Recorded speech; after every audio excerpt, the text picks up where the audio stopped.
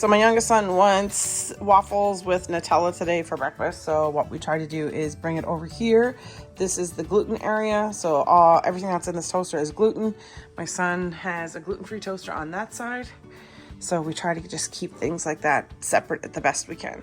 So when my grandmother passed away last January, it will actually be her anniversary on the 13th, but I was gifted from my mother this bad boy. It's Kenwood Chef. I absolutely love it. I'm assuming this is what all the KitchenAids have been made off of, because this had so many different attachments. I'm lucky enough that I have the blender attachment, and I also, in the front here, I also have, I think, the meat grinder attachment. So I just love this bad boy. It makes me happy because every time I'm able to use it, I think of my grandmother. So I'm going to start off with the banana in. This meal replacement I have is called Complete Balance from Young Living. I love it. It calls for 2 scoops of this. I have some freeze-dried strawberries, the ends of it, I would say. This is the stuff that pretty much is turned into powder. So I'm gonna just throw some of that in there. And then I thought I would throw in some orange juice. So strawberry, orange, banana for me this morning.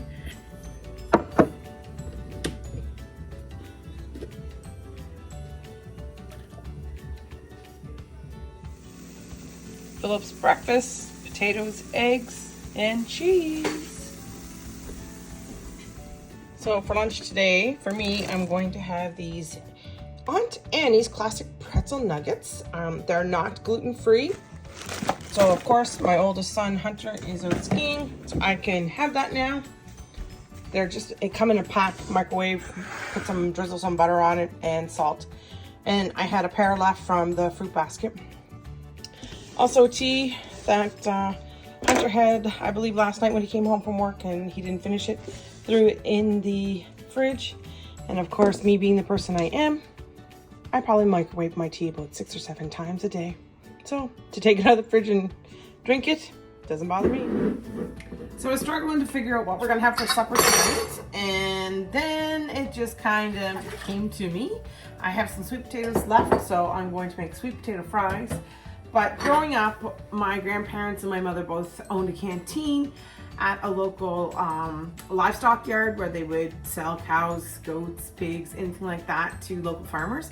And my mother and my grandmother used to make gravy and keep it in a big roaster. And then what they would do is they would pre-cook all the burgers, and then they would put them in the gravy in the roaster and keep it at a certain temperature. It was 2 things they achieved. Number 1, keeping them at the right temperature. And number 2, it added so much flavor to the burgers. We were only a little cubby hole, not even as big as my kitchen. And we would sell hundreds of burgers a week. Mind you, this was only 1 day a week.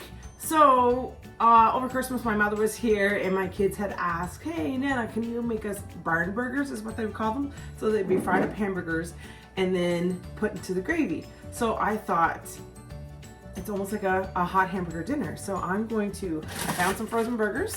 I'm gonna fry those up, and it's early right now. I think it's only like 4 o'clock my time. So I'm going to fry those up quickly. I'm going to make some gravy, put them in there, and then let them simmer and just stay like that until it's ready to put the potatoes in, the sweet potatoes in. Okay, so in order to make my gravy for this, at the canteen, we would also use powdered gravy. I do not have powdered gravy here, but I'm going to make the closest thing I possibly can to powdered gravy. So I put 500 mils of chicken stock in there. I also have this chicken stock by Knorr, and it's liquid concentrate.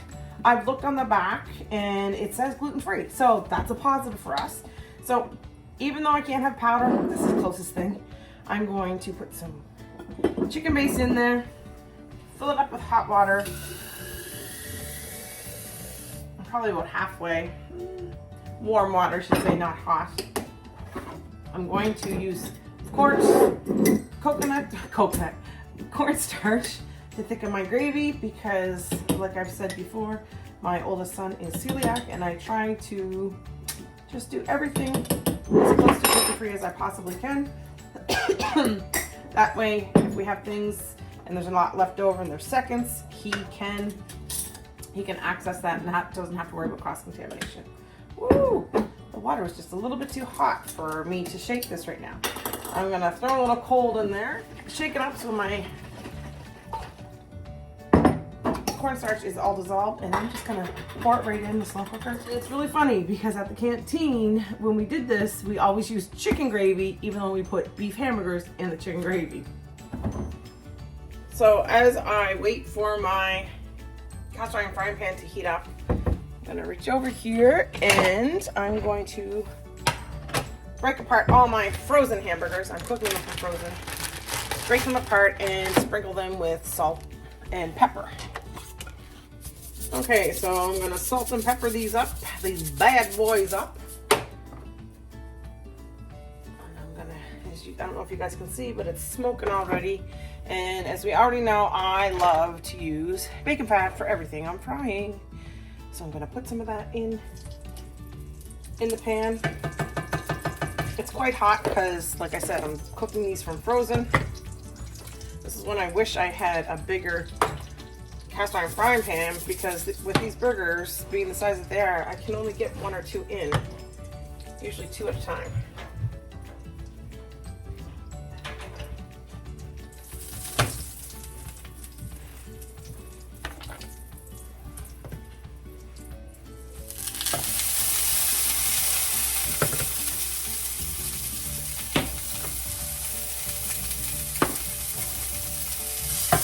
Eventually that will fall out and move back into it.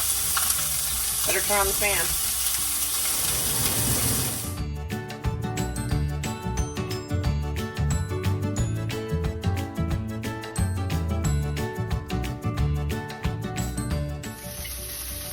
Turn the flame off. Oh. The only bad thing about cooking hamburgers is the house gets so smoky. So I have some windows open and my front door open. I'm just gonna cut the sweet potato fries up right now. I notice, I don't know if you notice, but as your sweet potatoes get older, they tend to oxidize quicker.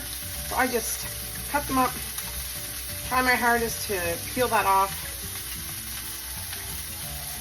and then cut them into the fry strips. They're still good.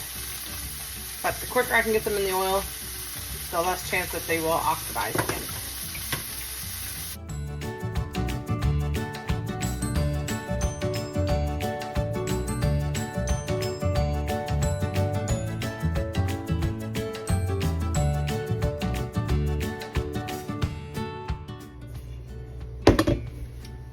So I'm actually taking 2 mugfuls of that gravy mixture that I put in the slow cooker out. I just thought I would get the little beef particles on the bottom of my skillet, as well as thicken it up a little bit faster and not to lose that flavoring. Oh, there you go. Not to lose the flavoring. Add to it, I guess. Spray my pan there. Mix up all these sweet potatoes. I know the key to cooking sweet potatoes is not to put them too close together, to give them room to crisp up. Hopefully I have a big enough pan and enough room. So what I did was, I ended up taking out some of the liquid out of the slow cooker. Can't do 2 things at once. Can't toss and talk, believe it or not. Anyways, I took some liquid out of the slow cooker, and I showed you I had put it in my cast iron frying pan so that I would loosen up some of the beef bits that were on the bottom. Oh, let's take this off. Beef bits that are on the bottom. It will add to the flavor, but also it helps me clean up my cast iron frying pan. So now I'll just have to rinse it and then I wipe it out. So let's put these on here. Have my oven preheated.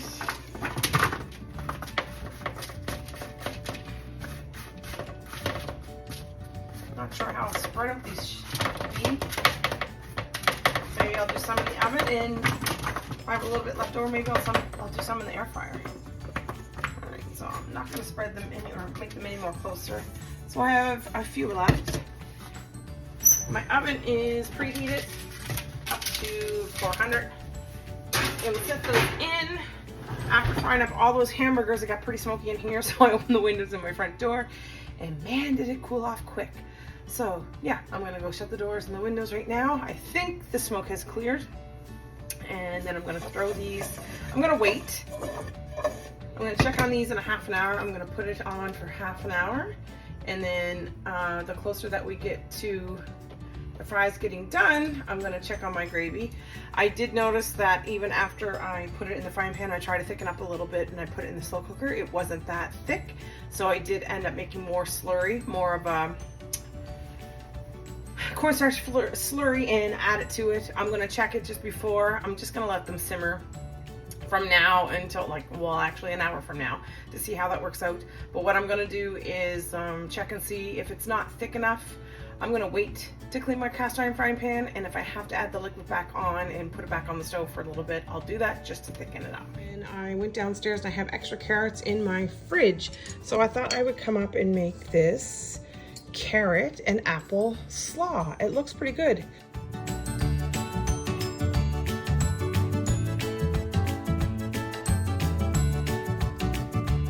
I have all those ingredients, so put you up here, take off this light, put on this light, and yeah, that's what I'm gonna do. So I have carrots here, I have apples here. It calls for 3 cups of carrots. I'm gonna get those cut up.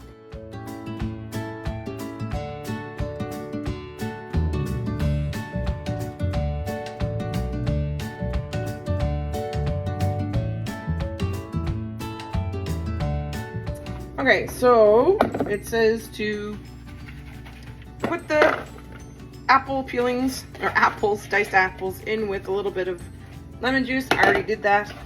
It says to add in the carrots. Wow, this has made a lot more than I thought, but that's okay. It says 1 tablespoon of olive oil,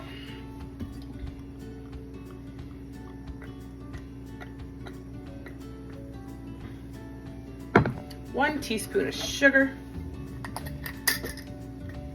Since I have so much, I might have to add a little bit more. I think I'm gonna go 2 teaspoons of sugar, sorry. Okay, I'm sure it's sweet enough because of the apples. Salt and pepper. Not gonna give too much salt, even though it might call for it, because it asks for feta cheese too. Pepper, quite a bit of pepper on there. And then it says 2 ounces of feta cheese. Break it up over top of it. And then I'm going to grab the cover to that bowl, put it on top, mix it up, shake it up. And so everything is tossed and coated, and then I'm gonna add some more feta cheese on the top. Well, folks, it looks like I burnt my sweet potatoes a little bit. I forgot that I put the oven on broil. Well, good thing I still have some sweet potatoes left over here. And I'm gonna throw these in the air fryer. Philip and I will eat these ones. I don't think they're that bad. Some of them are, but overall, Philip and I will eat most of them.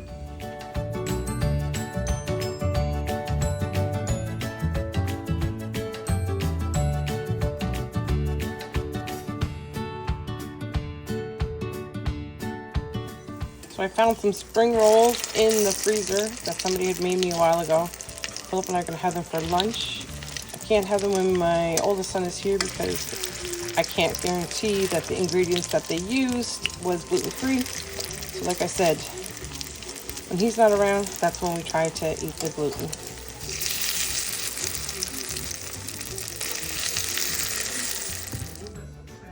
So I also found some gluten-free, almost like little appetizers.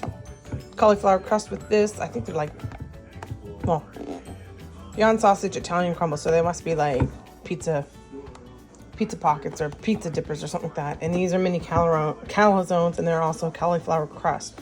So I'm trying to clean up the kitchen or the freezer. A couple of things are left. I'm gonna put them in here for 10 minutes, and then I'm gonna check on them.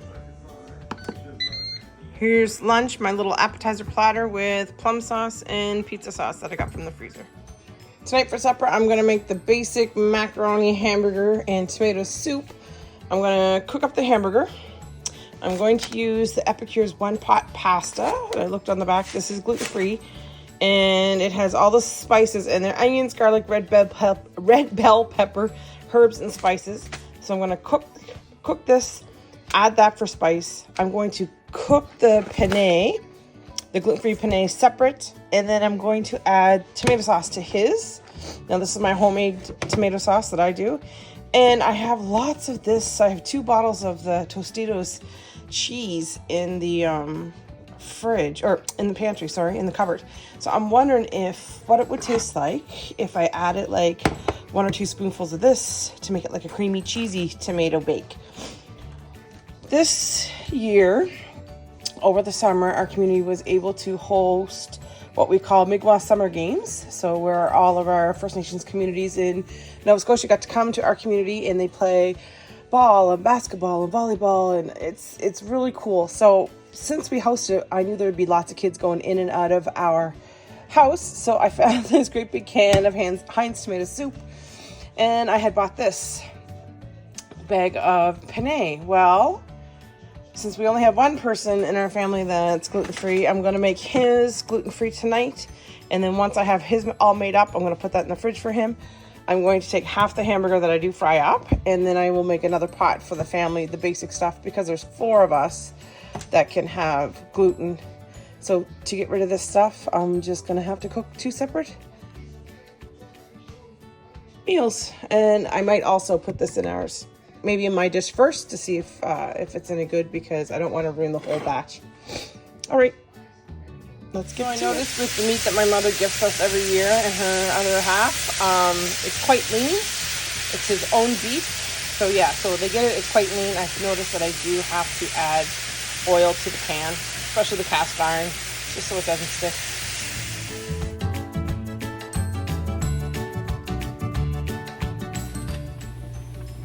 So my hamburgers are all cooked up. I did add the green peppers, red peppers, yellow peppers that I had the other day, along with a little bit of that spring onion.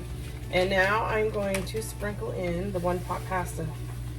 Ooh, this is quite a bit of seasoning in there. More than what I thought. So I'll mix that up. I might, as it's simmering, I might just add a little bit of water to this, just so that it doesn't burn the spices.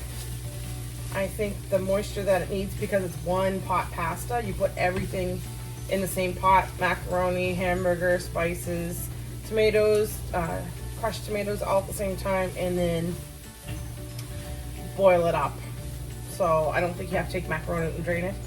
So I have my pot on for gluten-free pasta. As soon as I get that done, I'll add some of this to it.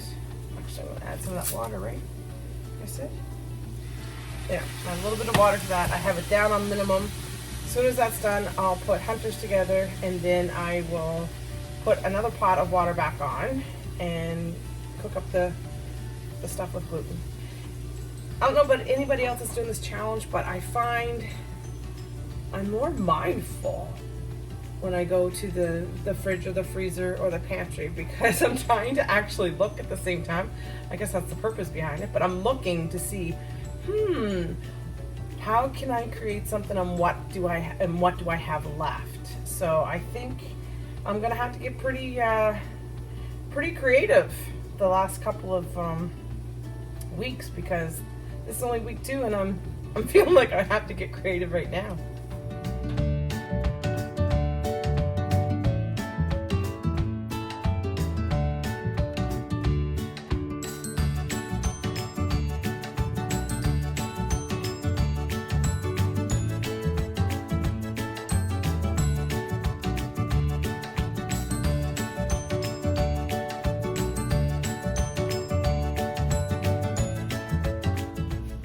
So as I was waiting for the pasta to cook, I took some of the tomato soup and I put it in my cast iron frying pan to heat it up.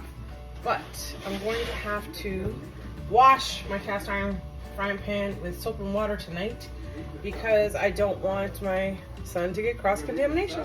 So there's all these little things that you don't think about sometimes, but when it impacts your family, you really notice it.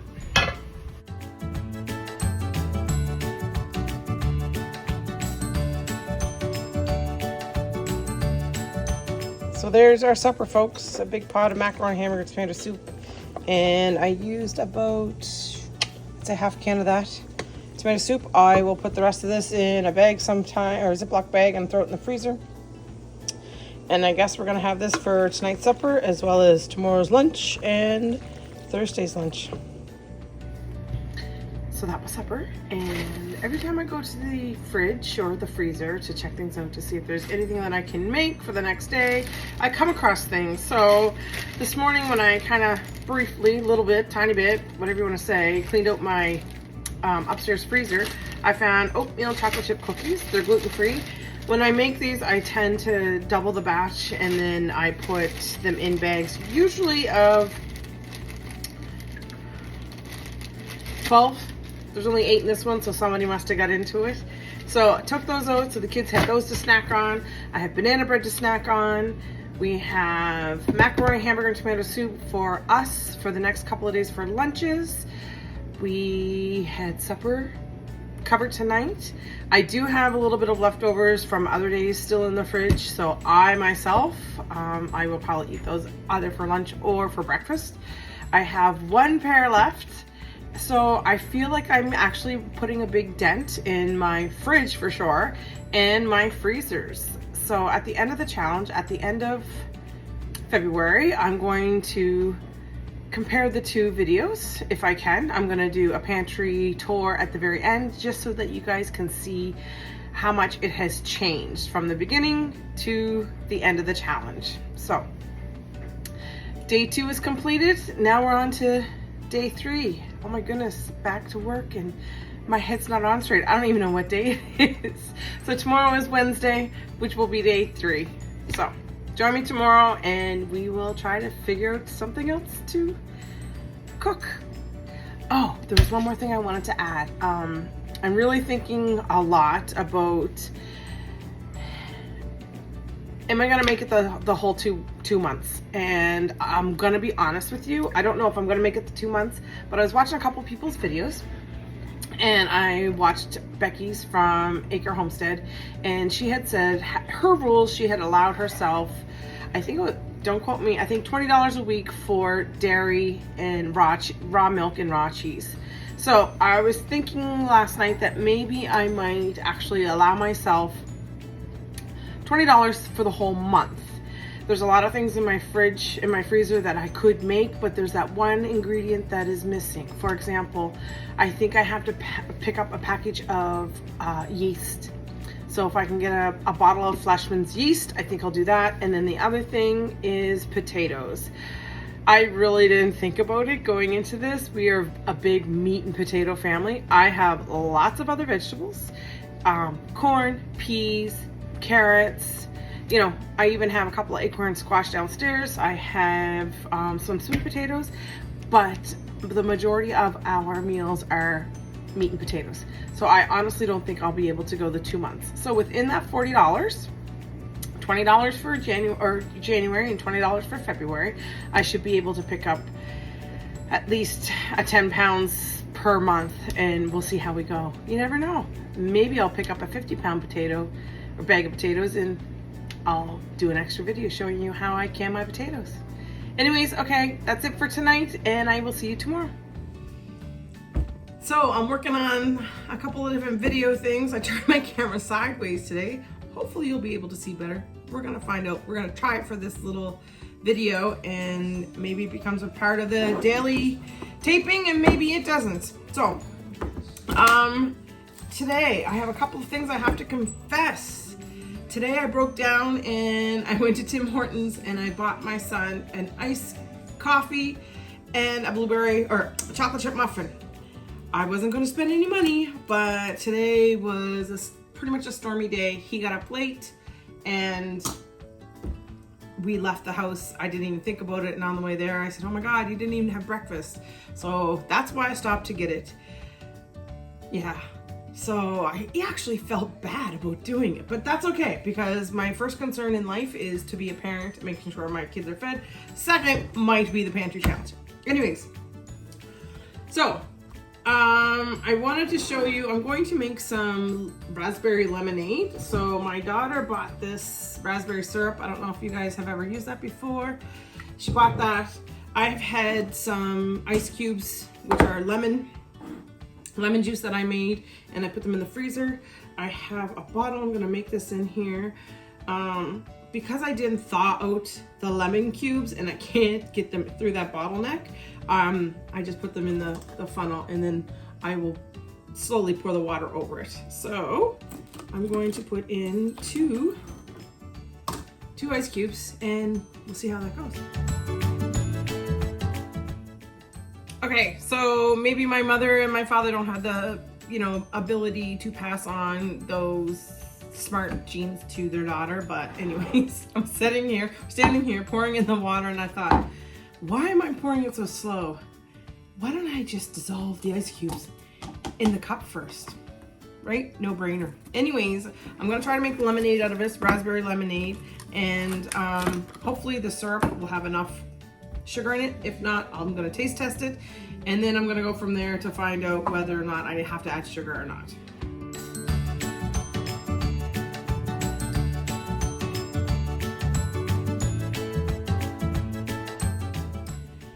So mix that up.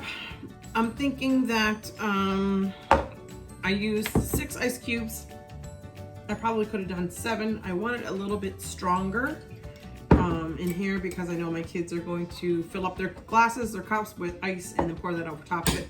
I end up putting in 2 tablespoons of sugar into it because I don't think the raspberry syrup was sweet enough. So, and you really can't taste the raspberry syrup, I find. It's just, maybe it's just the color. I'm not sure. Anyways, I think it tastes good. I'm gonna put this in the fridge so they have it. Yeah, so there, we have some raspberry lemonade. So for today, I had a leftover pork chops for my breakfast. I'm gonna have this for lunch, which is that mandarin orange beef that we had left over. My youngest son, just had some of this leftover tomato soup from yesterday with crackers, and Philip had the leftover macaroni, hamburger, and tomato soup. So I'm trying these gluten-free pierogies for my son. It says to put about 1/4 inch of water in there, bring it to a boil, let them steam for about, I think it said about 10 minutes or something like that, and then to add butter and fry them up. We'll see how they make out.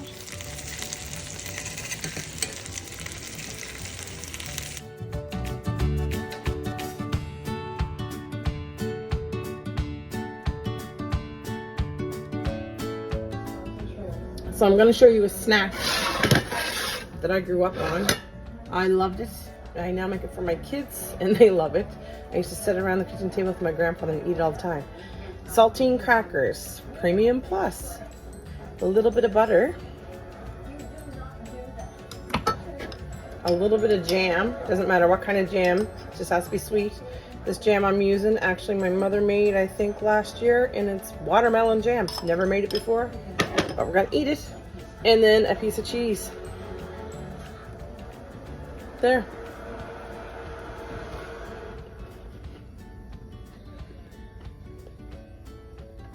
It's so good. So I'm gonna make a plate for my son. He's already had 1 plate. Tonight's supper was pretty much fend for yourself. My daughter had nachos. Philip had leftovers. The only one I cooked for was Hunter. And I made him pierogies and chicken strips.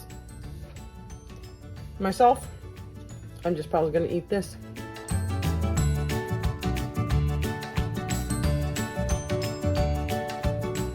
Okay, so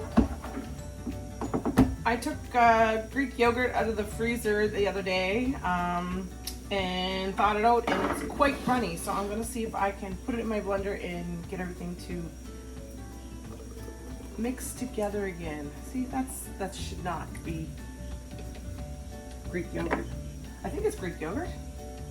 Yep, Greek yogurt. All right, I'm hoping it works. Even if I get it to regular yogurt consistency, it will be better than this liquid. If not, I can just always add it to my smoothies in the morning.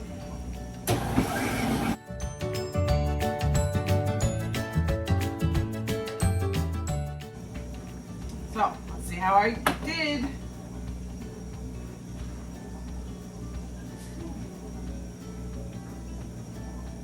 Oh, 100% better. 100% better. More like regular yogurt, but it's not really watery.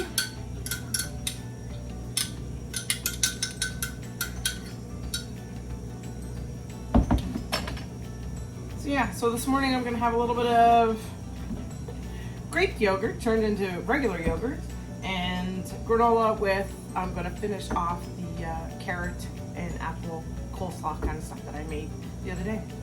Yeah. So I guess I got another confession to make. It's actually not a confession, but there's a lady in our community that runs the food bank, and her and I have similar mindsets because both of us hate the thoughts of wasting food. So every once in a while, she'll get a delivery of fresh produce or fresh food in, and she doesn't give it away to just people that access the food bank. She gives it away to our whole community. So she'll put it on Facebook, and she's like, community, come and get this, because she knows that the produce or the fresh fruit is going to go to waste or go bad before she could give it out to all her food bank recipients.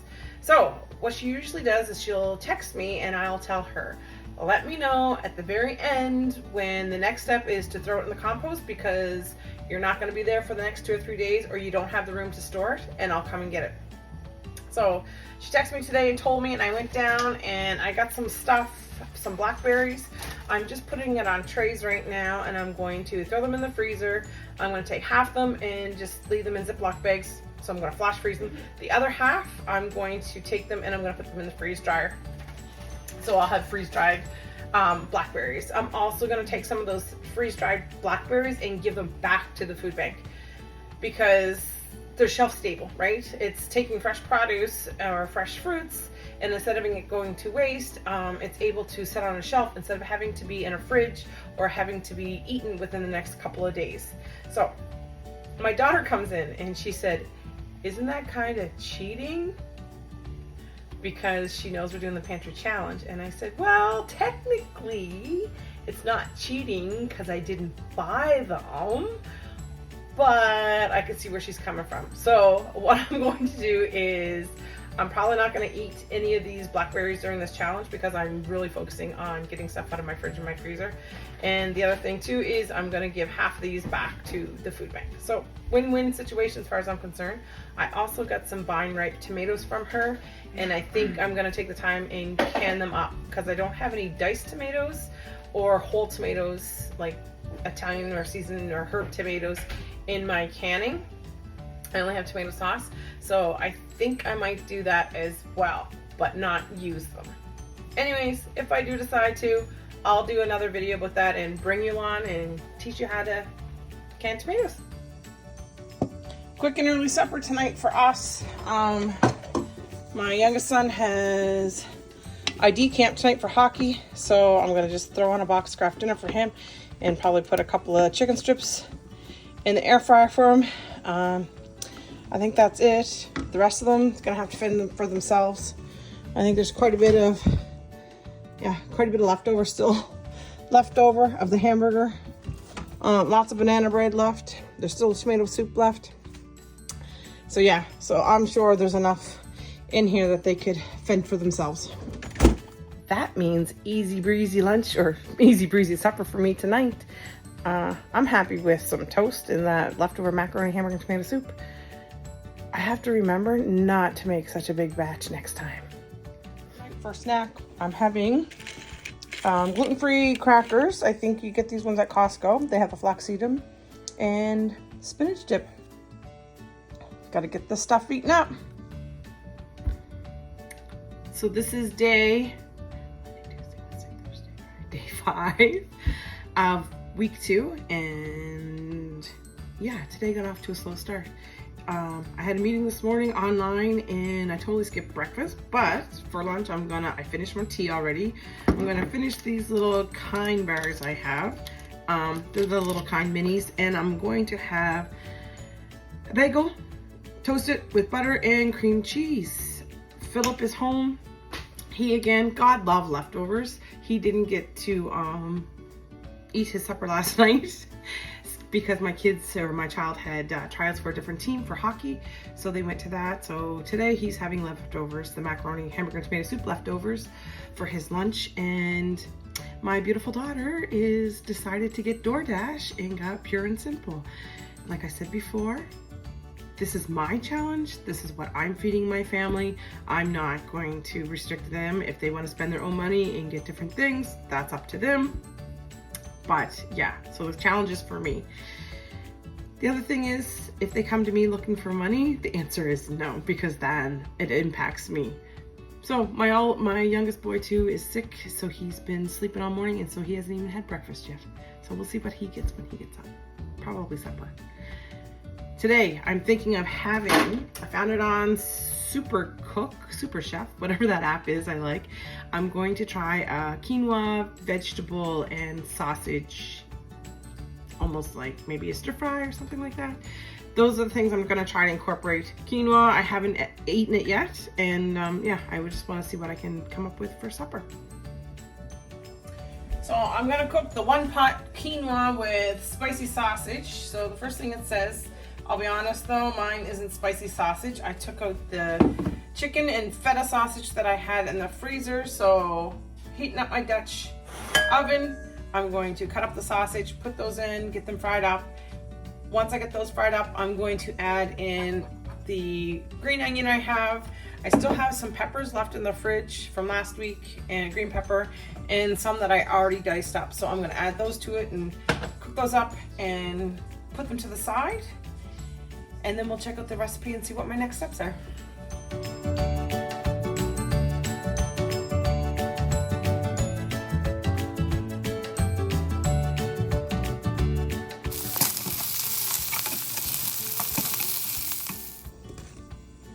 So I put a little bit more bacon fat in there, and I'm gonna add all the onions,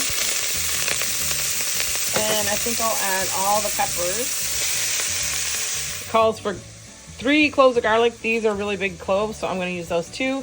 Calls for 4 cups of chicken broth or chicken stock. As you can see over here, I already have my sausages all set.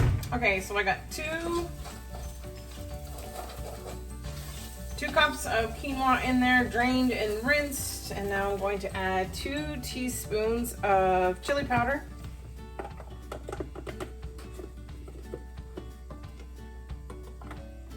There's 1.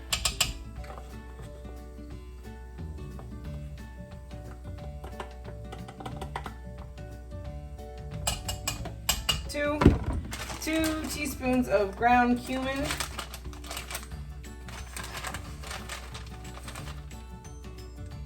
There's 1. There's 2. And then it calls for 1/4 of a teaspoon of cayenne pepper. I'm just going to give a little shake. I know I probably have more than 1/4 of a teaspoon there, but it says to stir up and allow it to kind of roast, or toast I should say, a little bit. So getting that in there, mixing it around. All right, so it says to slowly pour in the chicken broth. And there's, woo!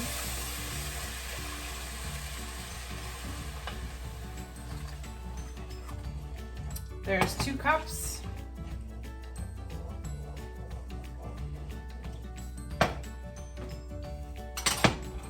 So this little tool, I actually was watching Acre Homestead, and Becky had used it one day, and she put the link, I'll put the link actually in the description for this. I absolutely love it. I find that I don't wreck any of my covers for my, whatchamacallit, mason jars, and I reuse these. So if I have any, I know you're not supposed to, that's my own thing, I decide to reuse them.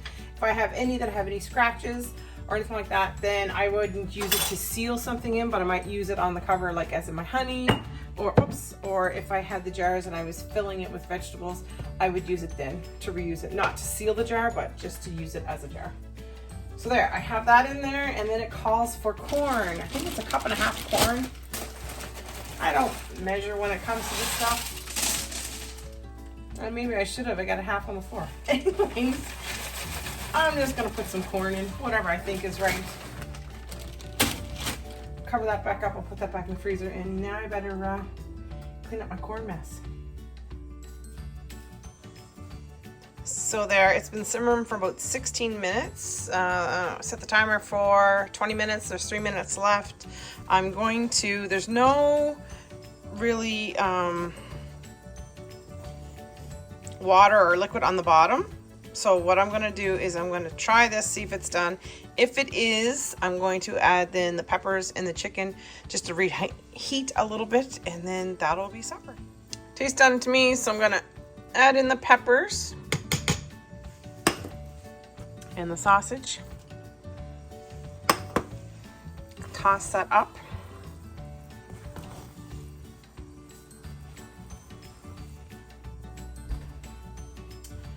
It then calls for cheese. I'm not gonna put cheese in it. It calls for like Mexican shredded cheese. I'm not gonna do that and mix it in. And once you dish it up, it says to top with diced tomatoes and cilantro. I don't have any fresh cilantro. I'm not a fan of fresh cilantro. I really don't like it. I can't honestly say if I have the soap gene or not, because I don't eat it that much. So, and yeah, a lot of recipes, I don't know if it's in it, but this one today is not going to be. So I'm gonna dish it up, put a little cheese on the top, and then as well as the diced tomato. I'm only doing the diced tomato on the side because I'm sure it's only me and Jordan that would like the diced tomato. Philip definitely will want the cheese. I'll be surprised if he likes it. I kind of hope he does. Any other time I've made quinoa, he hasn't liked it. But, oops, God love him. He always eats what I make.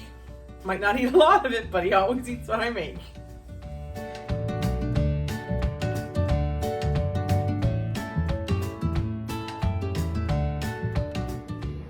So I don't know if things are getting easier or harder, but today is day 6 of the pantry challenge for week 2.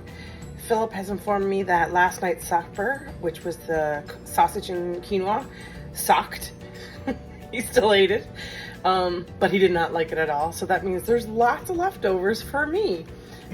Georgia, my daughter, and I, we both liked it, but the rest of them didn't. So today, day 6, breakfast. I had a bagel with cream cheese again, and my oldest son, of course, had bacon and eggs like he always does.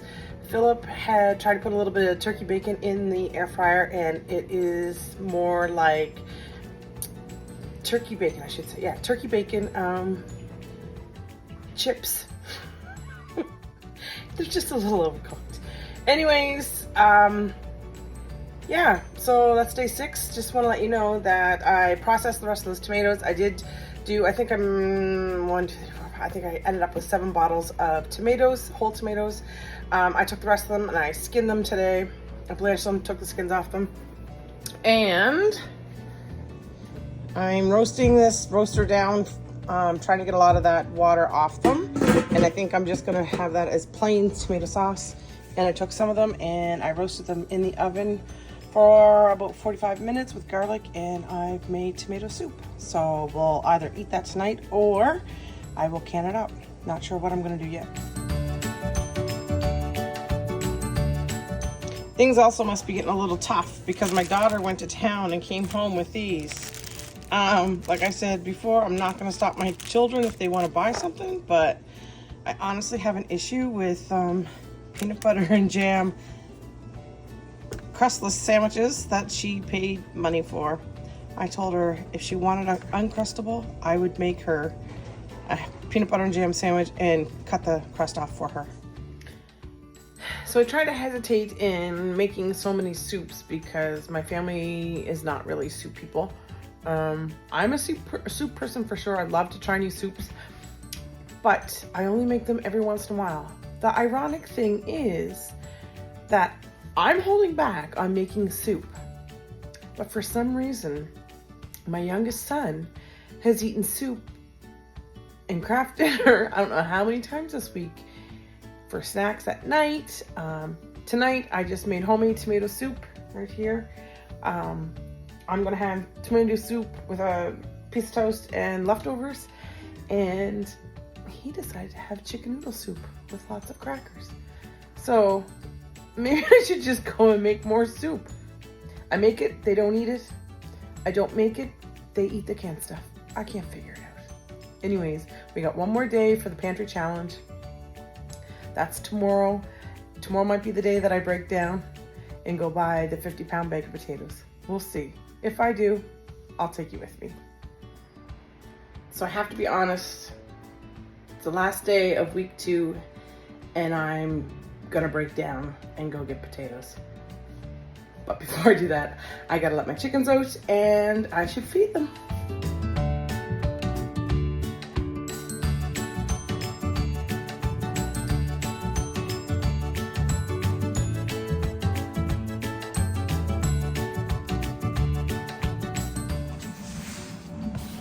So let's see what we got for eggs for today. Oh my goodness. I haven't had this many eggs for I don't know how long.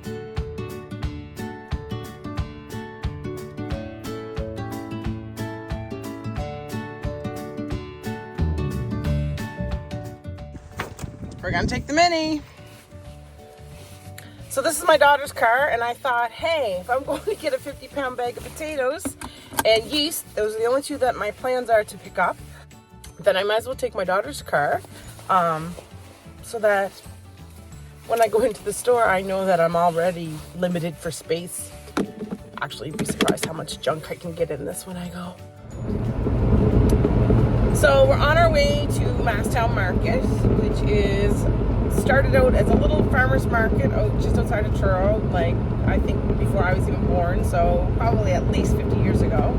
It's my favorite little market that we have around here.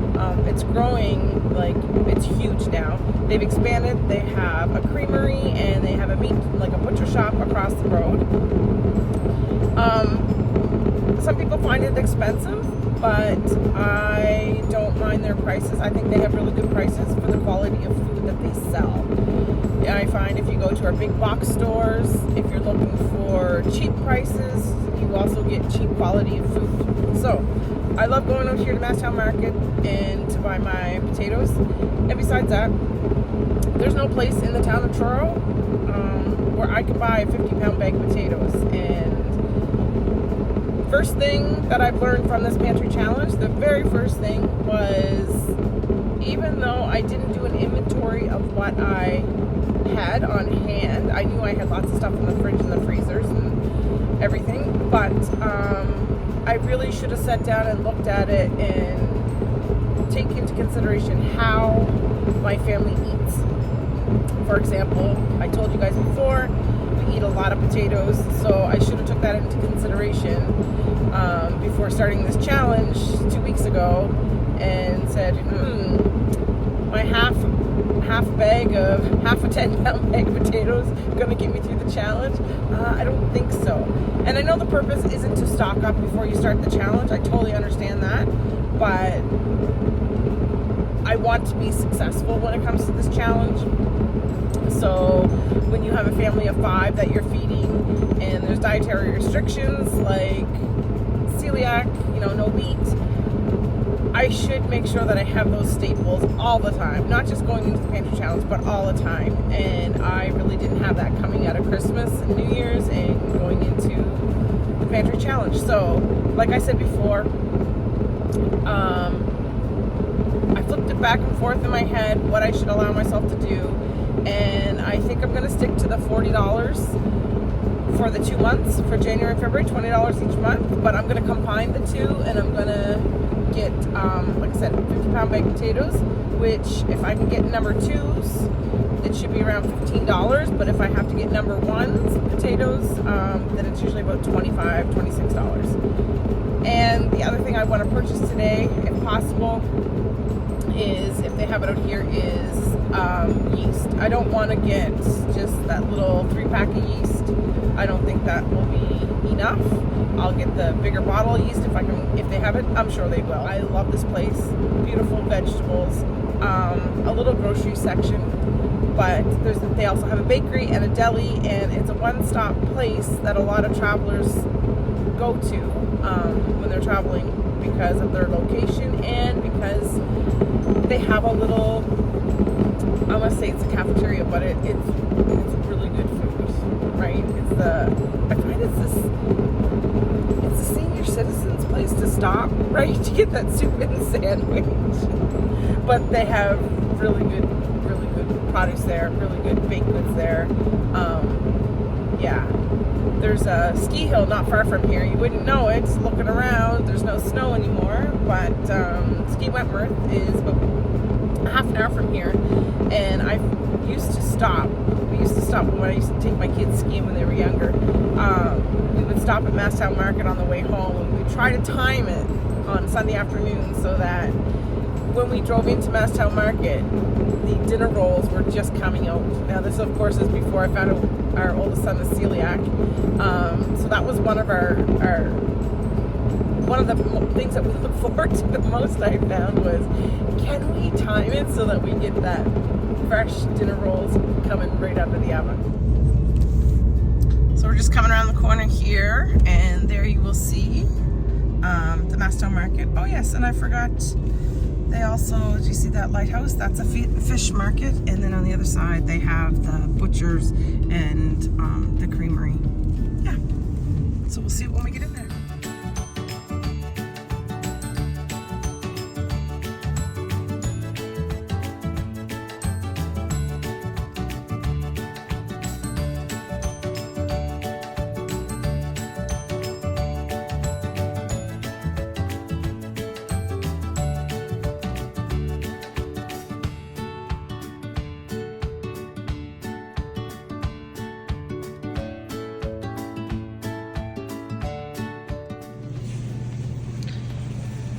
The yeast, but it's pizza yeast, quick rise, or bread machine. And I think if I'm gonna pay $2.49 for 3 packages, I'm gonna take the bread machine yeast.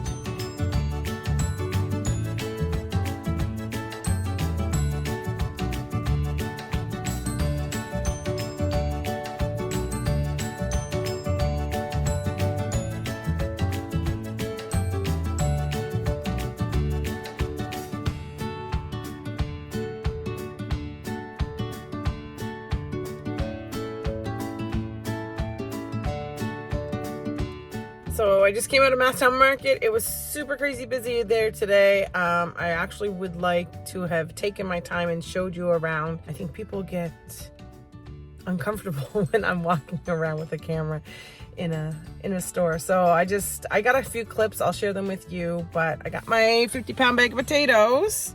I was gonna get the yellow potatoes because I think they're supposed to be better for canning, but the price was too expensive. So I end up getting the number 2s. So we'll see what we can do. Hopefully they'll be with us for at least the rest of this pantry challenge. So breakfast is kind of hard here on the weekends because everybody's coming and going. So my oldest son got up this morning, Hunter. He had some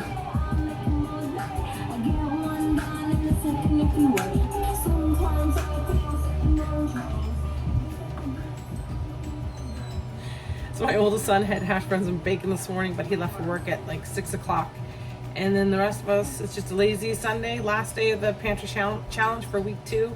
JT, I think, had Kraft dinners one time today, I don't know when. And he also had a blueberry bagel. Not making lunch. There's leftovers in the fridge if they want it. But I am gonna make the meat pie for supper. So today for supper, I'm going to make meat pies. So I made this meat pie mixture over Christmas time, and I had enough pie shells to make, I don't know, 4 or something like that, but I didn't make 4. So I just bagged it up, put it in the freezer. So the gluten-free pie crust I use is this one here, which is Holy, and they're gluten-free. They're not my favorite, but they're okay. So 2 of them come in a package. I just take the bottom off, cook from frozen, or I try to. I find once you let them thaw in this, it's hard to get them out of the pan. So I'm going to put my oven at about 350, 375, somewhere around there. I'm just gonna take this and plop it in there.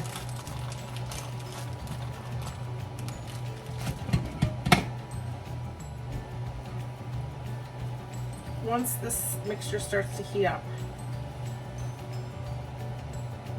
it will turn to liquid. Well, some of the juices will turn back to liquid. Still a little bit frozen.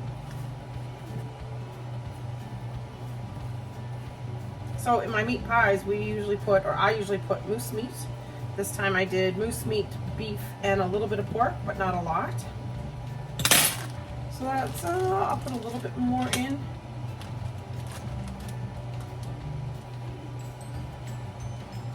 Like I said, this is a gluten-free crust, and I actually have a pie shell downstairs that's not gluten-free. So if I have to, I will make the gluten-free one first. I'm gonna put the rest of this in the fridge, and then so I don't cross-contaminate anything, I'll make the non-gluten-free one tomorrow. And Philip will eat those for probably lunch the whole week. So in order to do a double crust on it, like I said, when you thaw them out, it's really hard to work with. So what I do is I just flip it out now, and then I'll just put it over top of what I have. And sometimes it's cracks. So little bits and pieces are cut off. There's a crack that came out of this one. I'm gonna put that right on top. This is the crack here. I'm going to leave it right here on top of my stove for now, and then I'm gonna come back probably in a half an hour or so and see what it's like. This will probably thaw and fall in, and then I can seal up the little cracks that it has. One of our favorite ones to use is the President's Choice one from Atlantic Superstore. But at Christmas time, they were out of gluten-free pie crusts. But you know what?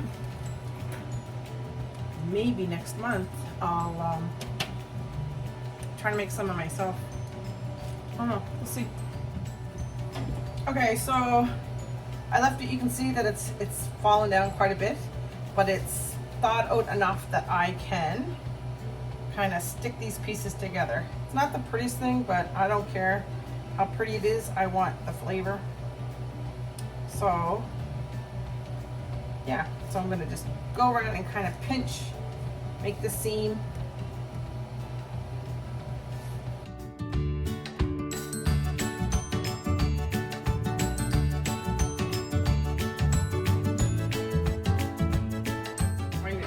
Probably have enough holes in it, like for the steam to vent out, but just in case, I'm gonna just poke a couple holes.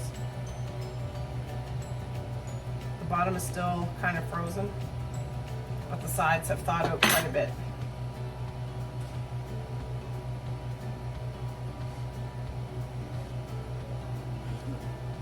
There, going in the oven.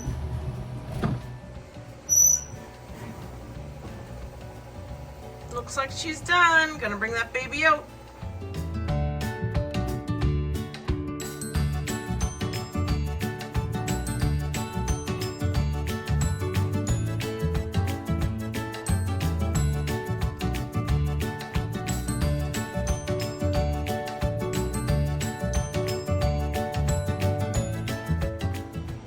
So cut a piece, didn't come out that pretty, but I don't care what it looks like. It's all going in the same spot. So thanks for watching my week 2 of the pantry challenge, and tomorrow is the very beginning of week 3, but I'll let you know that I honestly feel better going into week 3 knowing that I had bought that 50-pound bag of potatoes, and I'm not going to force my family to be eating a lot more quinoa recipes that they really don't want to eat. But if you have any recipes, I believe there's some out there for breakfast recipes for quinoa. If you have any extra or any of your favorite recipes using quinoa, drop them in the comments. Let me know either a link or give me a name of what it is, and I can actually go looking for it myself, because I think it will be something that the more my family has, the more they might get used to it, the more they might eat it. So, like, once again, just want to say thanks for joining me. Hit subscribe and you will be notified of every time I upload a video. And yeah, if you're doing a pantry challenge, leave a comment down below and let me know that how you're making out and what's your biggest challenge. All right, see you next week, folks. Thanks again.